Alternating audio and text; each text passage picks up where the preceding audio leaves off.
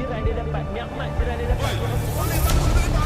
Jadi kita buat ibadat. Sudah tentu akhlak kita kat Mekah, hati kita bersih tu kan. Mak bapak kita pada tempat yang sewajarnya. 5. Bismillahirrahmanirrahim. Alhamdulillahirabbil alamin wassalatu wassalamu ala Rasulillah wa ala alihi wa sahbihi ajma'in. Alhamdulillah, puji dan syukur kita kepada Allah Subhanahu wa taala. Dan salam kepada Nabi Muhammad sallallahu alaihi wasallam. Di studio GSP pada hari ini. Assalamualaikum warahmatullahi taala wabarakatuh. Dan rakan-rakan yang berada di media sosial kita pada hari ini, jangan lupa like, sharekan kita punya video pada hari ini. Yang mana insyaAllah dalam buat bicara kita pada malam Jumaat hari ini bersama dengan Yang Surau Putrajaya dan turut bersama dengan kita pada hari ini, alhamdulillah, tuan guru kita Ustaz Ahmad Yusuki, yang mana rata-rata dah kenal kita, kenal dia, beliau yang mana rata-rata saya rasakan netizen dah kenal dan sentiasa ada dalam Facebook pagi, subuh, waktu malam nak tidur, kuliah beliau yang sentiasa bermain di media sosial. Dan insya-Allah pada hari ini kita bersama-sama berita langsung di bumi Selangor pada hari ini. Studio kita berpindah ke Selangor pada hari ini, yang mana insya-Allah tajuk yang saya rasakan tajuknya pada hari ini, tulis ya tuan-tuan yang sedang mendengar ni, tajuknya apa dia, apa baik? Apa dia? Dakwah ketika Covid, yang mana kita semua tahu bahawa kita Malaysia diuji kronologi Covid ni bermula daripada Januari sampailah pada hari ni tak habis-habis. Jadi insya-Allah Ustaz ya. Yang mana Ustaz, apa khabar? Sihat lah? Sihat, alhamdulillah. Alhamdulillah, itu yang kita nak. Ustaz lagi nampak ceria. Insya-Allah. Sebab saya Ustaz, dengan adanya Ustaz, saya insya-Allah rasa bersemangat dan lebih bersemangat lagi dengan kehadiran sahabat-sahabat yang tersayang semua ni. Dengan bandingnya, subhanallah, tinggal kapal terbangnya dengan Abah Syah semalam bersama dengan Ayah Cik, malam ni bersama dengan tuan guru kita pula, dengan wadinya tinggal jalannya, dengan Habib tinggal, semua tinggal. Kerana apa? La ilaha illallah. Demi perjuangan kita, set kita jangan pecah. Jadi insyaAllah Ustaz, yang mana kita rakan-rakan kita pun dah bagi tahu tadi, Covid, dakwah ketika Covid, yang mana Covid tu tak payah hurah lah, biar KKM buat kerja dia lah. Jadi yang mana kita nak cerita hari ni pada rakan-rakan kita bahawa dakwah, yang mana saya nampak dakwah ni sebagaimana saya teringat dalam satu ayat, wal takum minkum ummatun yad'una ilal khair wa ya'muruna bil ma'ruf wa yanhauna 'anil munkar. Jadi tugas siapa sebenarnya dakwah ni tak? Adakah tugas ustaz saja ataupun tugas apa? Mohon ustaz bagi pencerahan pada rakan-rakan kita, dan jangan lupa yang sedang menonton share dan tulis poin-poin, insya-Allah tuan-tuan juga merupakan pendakwah. Silakan Ustaz. Assalamualaikum warahmatullahi taala wabarakatuh. Alhamdulillah wassalatu wassalamu ala asyrafil anbiya'i wal mursalin wa ala alihi wa sahbihi ajma'in. Subhanaka la ilma lana illa ma 'allamtana innaka antal alimul hakim. Rabbi yassir wa la tu'assir wa tammim bil khair, amma ba'd. Qala Allah Ta'ala fi kitabil aziz ba'da a'udzu billahi minasyaitonir rajim. Bismillahirrahmanirrahim. Ud'u ila sabili rabbika bil hikmah wal mau'izatil hasanah.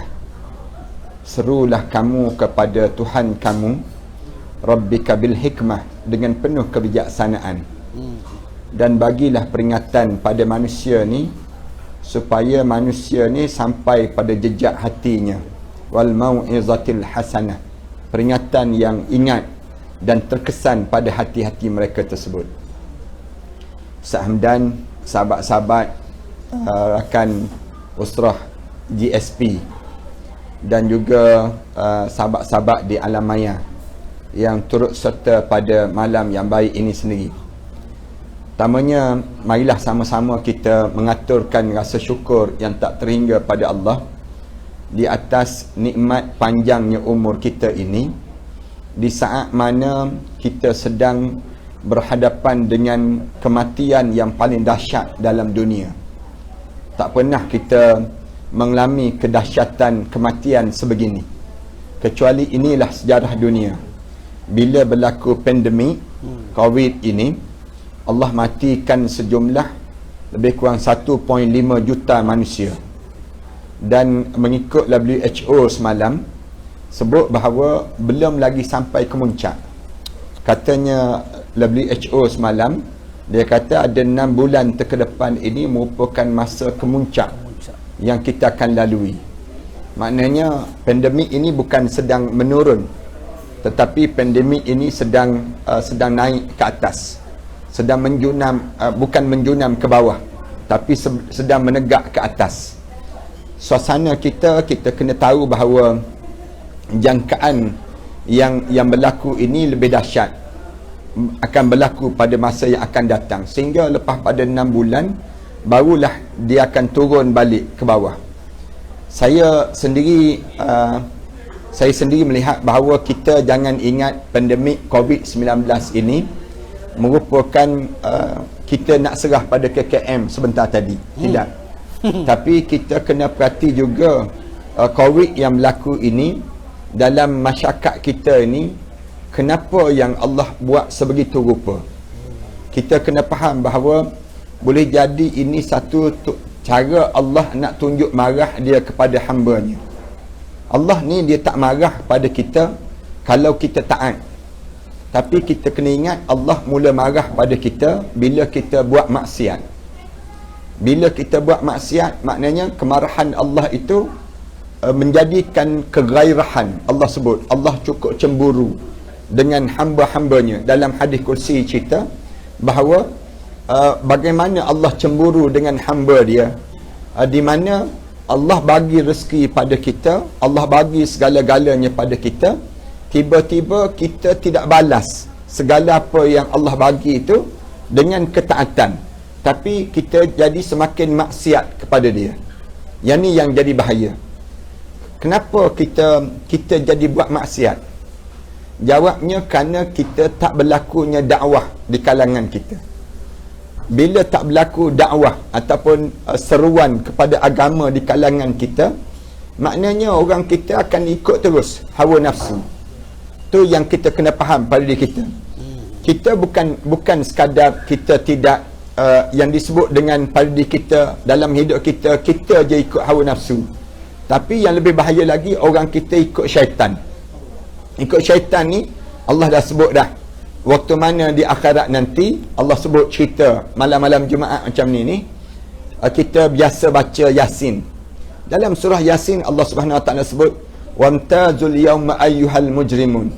Allah sebut berpisah wahai penjenayah-penjenayah. Jangan duduk sekali dengan orang yang baik.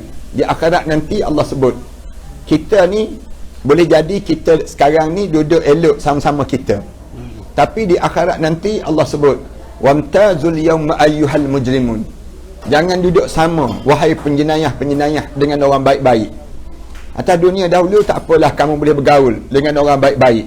Tapi waktu mana kamu sampai sekarang ni, kamu tak boleh dah duduk bersama. Kenapa tak boleh duduk bersama? Jawabnya Allah Subhanahu Wa Taala sebut alam ahad ilaikum ya bani Adam. Tidakkah kamu ingat wahai anak cucu Nabi Adam, alla ta'budu syaitan, jangan kamu hidup menjadi hamba pada syaitan. Allah dah pesan dah pada kita, jangan kamu jadi hamba pada syaitan. Kenapa jangan jadi hamba pada syaitan? Innahu lakum aduwwum mubin. Kamu kena ingat, sesungguhnya syaitan ni bagi kamu musuh yang paling nyata dalam hidup kamu. Wa ani'buduni, Allah pesan, jadikanlah kamu hamba padaku. Arahan sekian, saya nak berbalik pada pertanyaan yang Ustaz Hamdan sebut sebentar tadi. Dakwah ni tugas apa? Yang dalam hidup kita ni sampai peringkat kita jadi hidup dalam keadaan tak terarah. Sepatutnya kita hidup ni biar terarah. Tapi bila kita jadi macam ni, macam hidup kita ni dalam keadaan tak terarah, kita tak berfokus, kita ni nak ke mana sebenarnya? Sampai peringkat suasana kita bila berlaku COVID ni pun, orang kita yang tak semayang tetap tak semayang, yang tak tutup aurat tetap tak tutup aurat, yang apa dia, yang berzina teruskan berzina, yang minum arak masih lagi menegur arak tersebut. Kenapa kita tak terkesan? dengan keadaan yang Allah tegur pada diri kita ni dengan teguran yang paling keras dalam hidup? Jawabnya kerana kerasnya hati kita. Kerasnya hati kita. Kita tak nampak di sebalik teguran Allah ini. Itu satu. Yang kedua, kerana kita tak berlakunya dakwah sesama kita. Dakwah maknanya dakwah kita ni tak sampai kepada orang yang selayaknya. Kita dakwah di kalangan, boleh jadi kita nak dakwah diri kita sendiri pun tak sampai lagi. Orang kita ni dia tak terkesan langsung keadaan yang berlaku. Yang berlaku tu kita kata tu dia, tak bukan kita. Sepatutnya bila kena keadaan sebegini, kita kena fahamlah kita sedang ditegur dengan teguran yang paling keras yang Allah tegur kita. Kita bayang manusia jadi panik. Tak pernah dalam sejarah dunia kapal terbang tak boleh terbang. Kapal terbang tak terbang. Tak pernah dalam sejarah dunia kapal tak boleh belajar. Tak pernah dalam sejarah dunia kenderaan-kenderaan berhenti di rumah masing-masing, di dalam garaj masing-masing. Bumi ini tak pernah lagi sesunyi ini. Tapi bila berlaku pandemik ni, Allah jadikan semua terdiam kelu. Tak boleh nak buat apa. Segagah-gagah Amerika tu pun Allah jadikan sekuat-kuat negara China ke, negara India ke, Allah jadikan pandemik ini menyebabkan mereka terpaksa akur ada kuasa yang lebih besar lagi dalam hidup mereka ini, iaitu Allah Subhanahu Wa Taala. Mereka cuba untuk nak lawan dengan virus ini, tapi mereka tak berjaya. Mereka tak berjaya buat macam-macam vaksin yang keluar sekarang ni. Tapi tak menjadikan vaksin ini menjadikan satu benda yang berjaya untuk menyekat lagi. Kalau WHO sebut 6 bulan akan datang nanti merupakan masa yang lebih kritikal lagi, maknanya vaksin yang ada ni tak ada manfaat langsung. Yang kita kena faham demikian. Vaksin ni untuk siapa ni? Untuk bagi mereka yang orang kaya yang cuba menyelamatkan diri mereka dengan vaksin yang mereka cuba cipta untuk melawan kuasa Allah Subhanahu Wa Taala. Ni kita kena faham jadi demikian.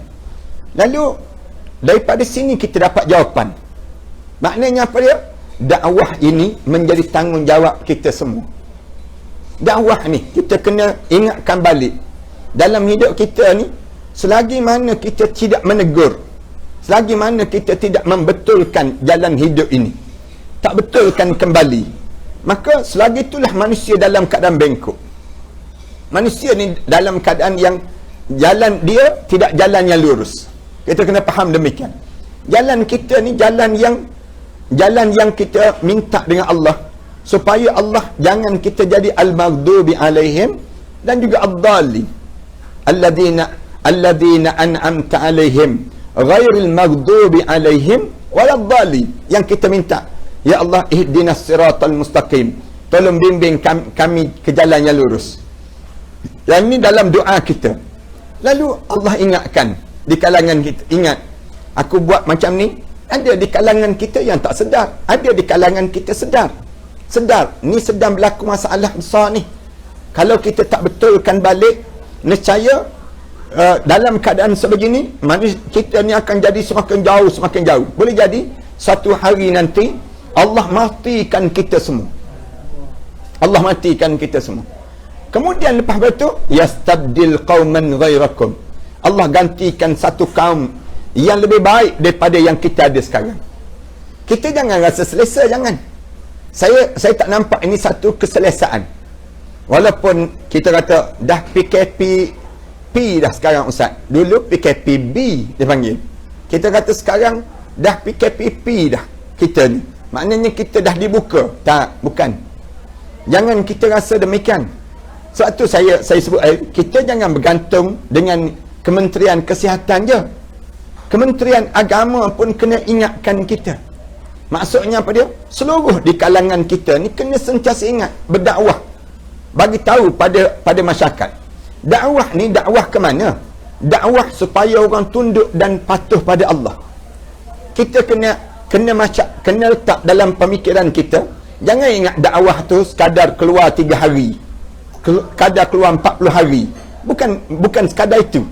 Kita kena faham, dakwah kita ni dakwah tarik manusia supaya tunduk dan akur kepada Allah Subhanahu Wa Taala.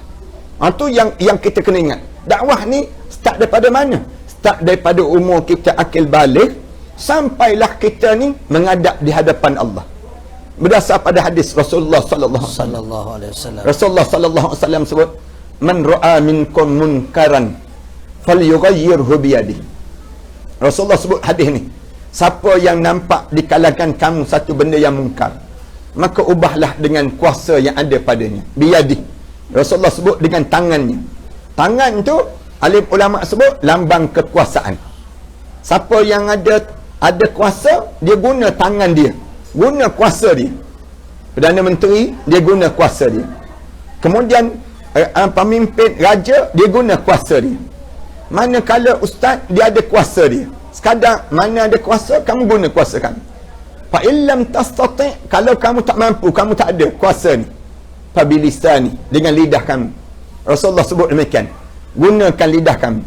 Lalu Rasulullah sallallahu alaihi wasallam sebut, kalau kamu tak mampu juga, lidah kamu pun tak ada dah, habis kena gunting dah lidah-lidah kamu, suara kamu dah tak ada dah. Rasulullah kata, fa biqalbih, dengan hati kamu. Kemuncak yang ketiga, dengan hati kamu. Tapi Rasulullah kata, kalau dah sampai hati itu, wa dzalika adhaful iman. Rasulullah kata, itulah selemah-lemah iman yang kamu ada saat itu. Maknanya tak logik lah. Kamu ni dah memang kena cungkil mata, dah kena gunting dah lidah kamu.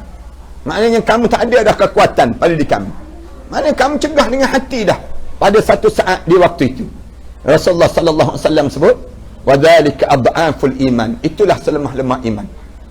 Sahabat-sahabat sekalian, kalau begitu dalam keadaan kita ni, maka saya nak sebut dakwah ini jangan berhenti. Dakwah ini jangan berhenti dan terhenti. Jangan kita ingat dengan makan daging kambing maka berhentilah dakwah kita.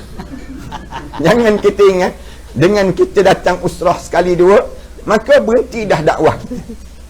Tetapi kita kena ingat, dakwah ini satu tanggungjawab dalam hidup kita sampai bila? Sampai mati.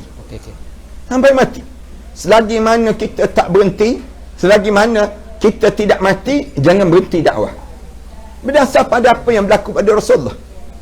Kita boleh tengok Rasulullah sallallahu alaihi wasallam. Waktu mana Rasulullah sallallahu alaihi wasallam ditawarkan oleh orang kafir kan? Orang kafir tawar Rasulullah, kamu tarik manusia ni supaya sembah pada Allah ni, tujuan apa wahai Muhammad? Sebut pada Abu Talib.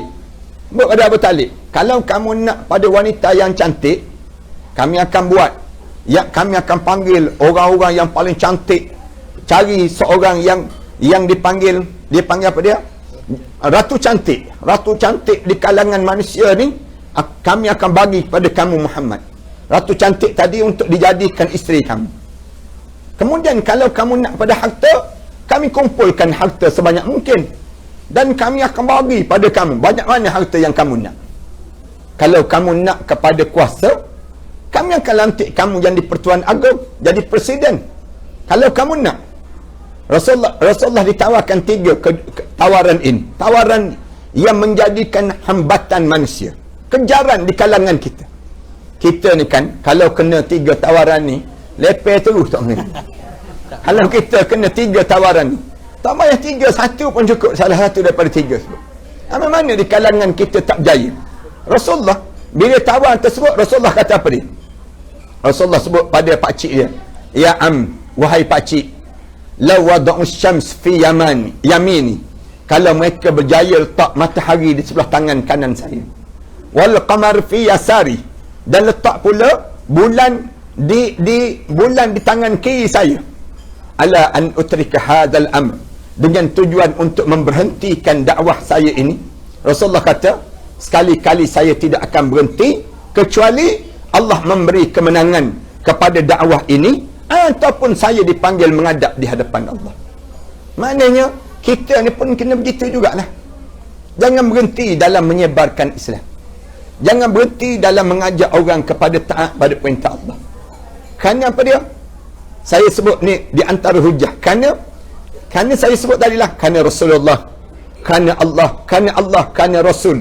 Kemudian kerana apa dia lagi dalam hidup kita ni? kerana kita ni akan mati menghadap di hadapan Allah. Yang lebih bahaya para hadirin sekalian. Para hadirin sekalian ingat satu hadis Rasulullah sallallahu alaihi wasallam. Rasulullah tanya sahabat-sahabat, "Atadruna manil muflis?" Rasulullah tanya pada sahabat, "Kamu tahu tak siapa orang yang muflis di kalangan kamu? Di kalangan kita ni?" Sahabat-sahabat jawab, "Fina ma la dirhaman wala dirhaman." Rasulullah katanya sahabat-sahabat, orang muflis di kalangan kita ni orang yang tak ada duit, orang yang tak ada dinaran wala dirhaman wala qita'an, walaupun ada secebis sikit pun orang tu tak ada apa-apa ya Rasulullah, dianggap muflis. Rasulullah kata, "Al-muflis min ummati." Rasulullah kata, orang yang muflis di kalangan umat aku, orang yang datang di akhirat bi salatihi, dengan sembahyang dia, wa siyamih, dengan puasa dia. Saya nak ingatkan, kita buat yang ni, kita buat yang ni. Sembahyang kita, puasa kita, zakat kita, dengan segala amalan-amalan kebaikan kita. Kemudian lepas pada itu Rasulullah sallallahu alaihi wasallam sebut, lepas pada itu dia datang, tapi dia mencela orang tu, dia menghina orang tu, kemudian dia pula membunuh orang tu, dia tu memukul orang tu, buat dosa-dosa ni, sampai di akhirat orang-orang tersebut datang menuntut terhadap apa yang dilakukan. Maknanya dia tak berdakwah, dia tidak berdakwah, dia buat khianat. Dia buat khianat. Dengan dia buat khianat macam mana? Dia, kalau bahasa kita sekarang ni, membawang atas dunia. Dalam bahasa kita sekarang ni maknanya dia mencela orang dalam Facebook. Dia menulis dalam Facebook tulisan-tulisan dia yang buruk, ataupun dalam WhatsApp group, ataupun dia ada kerja-kerja jahat. Dia sembahyang, dia puasa, dia solat, dia buat, tapi dalam masa yang sama dia tidak ada dakwah. Dia panggil, dia tidak berdakwah pada diri dia. Dalam masa yang sama dia tidak berdakwah kepada keluarga dia, dia tak berdakwah pada masyarakat dia. Dia buat apa dia? Dia buat benda yang mungkar. Kita ni, ramai orang kita, dia sembahyang, dia puasa, dia buat haji, dia buat umrah, dia buat benda yang demikian, tapi dalam masa yang sama dia buat juga benda yang jahat. Kan ada kan orang kita begitu. Ada setengah-setengah makcik, kalau kita berjumpa dengan dia sebut pada kita, "Ustaz, anak saya bagus Ustaz, mencuri tak, menipu tak, berzina tak, sembahyang pun tak, puasa pun tak." Yang jenis demikian, segala jenis tak dalam hidup dia. Ada orang yang jenis macam tu, ada yang jenis ya semua. "Ustaz, anak saya ni bagus, sembahyang, puasa, zakat, mencuri, menipu, semua ada pada dia. Dia sembahyang, dia puasa, dia zakat, tapi dia buat juga benda-benda yang jahat." Kenapa begitu? Jawabnya, dia buat dalam keadaan yang dia tidak ada dakwah. Ini saya nak sebut betapa besarnya dakwah dipanggil dalam hidup kita. Lalu Rasulullah kata, dianya waktu mana sampai di akhirat, dia bagi pahala-pahala kebaikan dia pada orang tersebut. Dia bagi sembahyang, dia bagi pada orang, puasa dia, pahala dia bagi. Satu ketika habis pahala dia. Bila habis pahala dia dibagi, Rasulullah kata apa dia?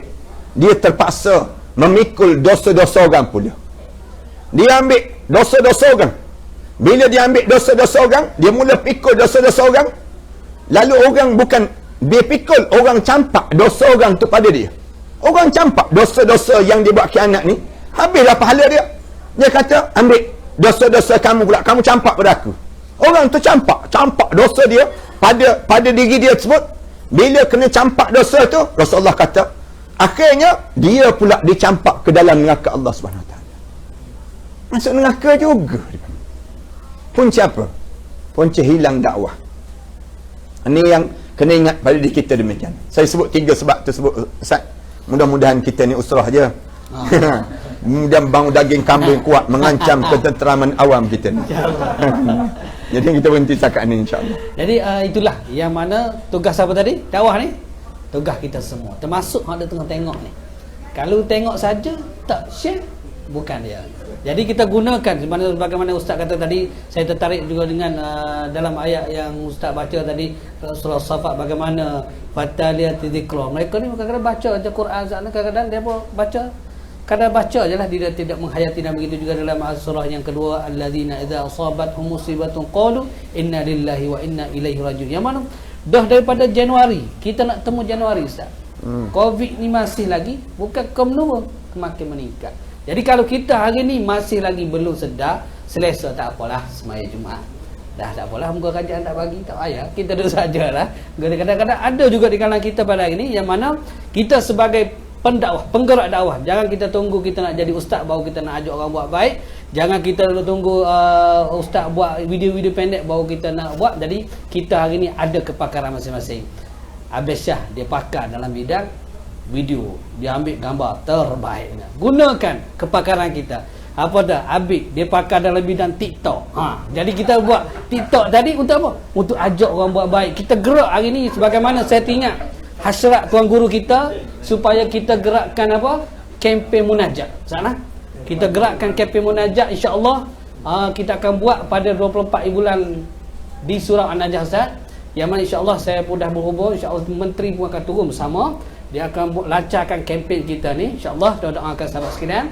Dan turut juga ada lagi di antaranya kalau kita YDP Tuan Nasruddin, insya-Allah kita juga ada bersama.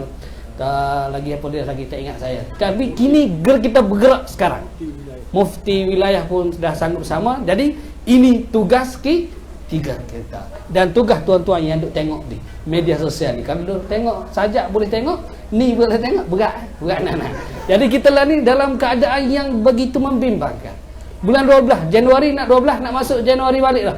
Covid semakin meningkat. Sebab apa?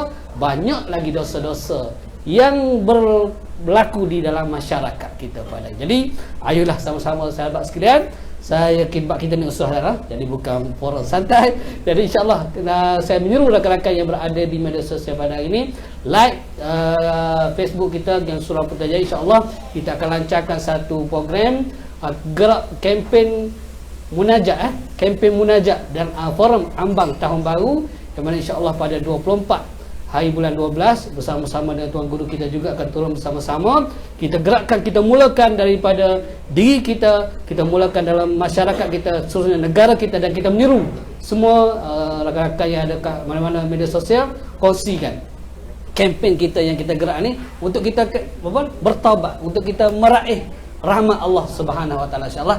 Jadi saya rasa itulah sekadar tu sajalah perkongsian kita. Nak tahu lebih menarik, like Facebook kita, tengok iklan-iklan yang kita akan sebarkan dalam masyarakat kita. Mudah-mudahan dengan perjumpaan kita pada usrah kita, usrati, keluargaku ataupun ailati, keluargaku. Jadi insya-Allah dengan perjumpaan kita pada hari ini bukan kerana ajak makan kambing, yad'u ila jadi kita yad'u ilal khair wa ya'muruna bil ma'ruf wa yanhauna 'anil munkar wa tu'minuna billah. Kita ajak orang buat baik, cegah kemungkaran, dan wa tu'minuna billah. Jadi sekadar itu sajalah. Jadi kita kurangkan kontroversi, tingkatkan prestasi, banyakkan ibadah pada ilahi. Terima kasih pada Ustaz T dan tuan guru kita yang kita sayangi, rakan-rakan yang dikasihi, mudah-mudahan dirahmati dan diberkati, dan kambing sedang menanti. Jadi sekadar itu sajalah tuan-tuan. Kita bertemu lain siaran. Assalamualaikum warahmatullahi taala wabarakatuh. Assalamualaikum warahmatullahi wabarakatuh.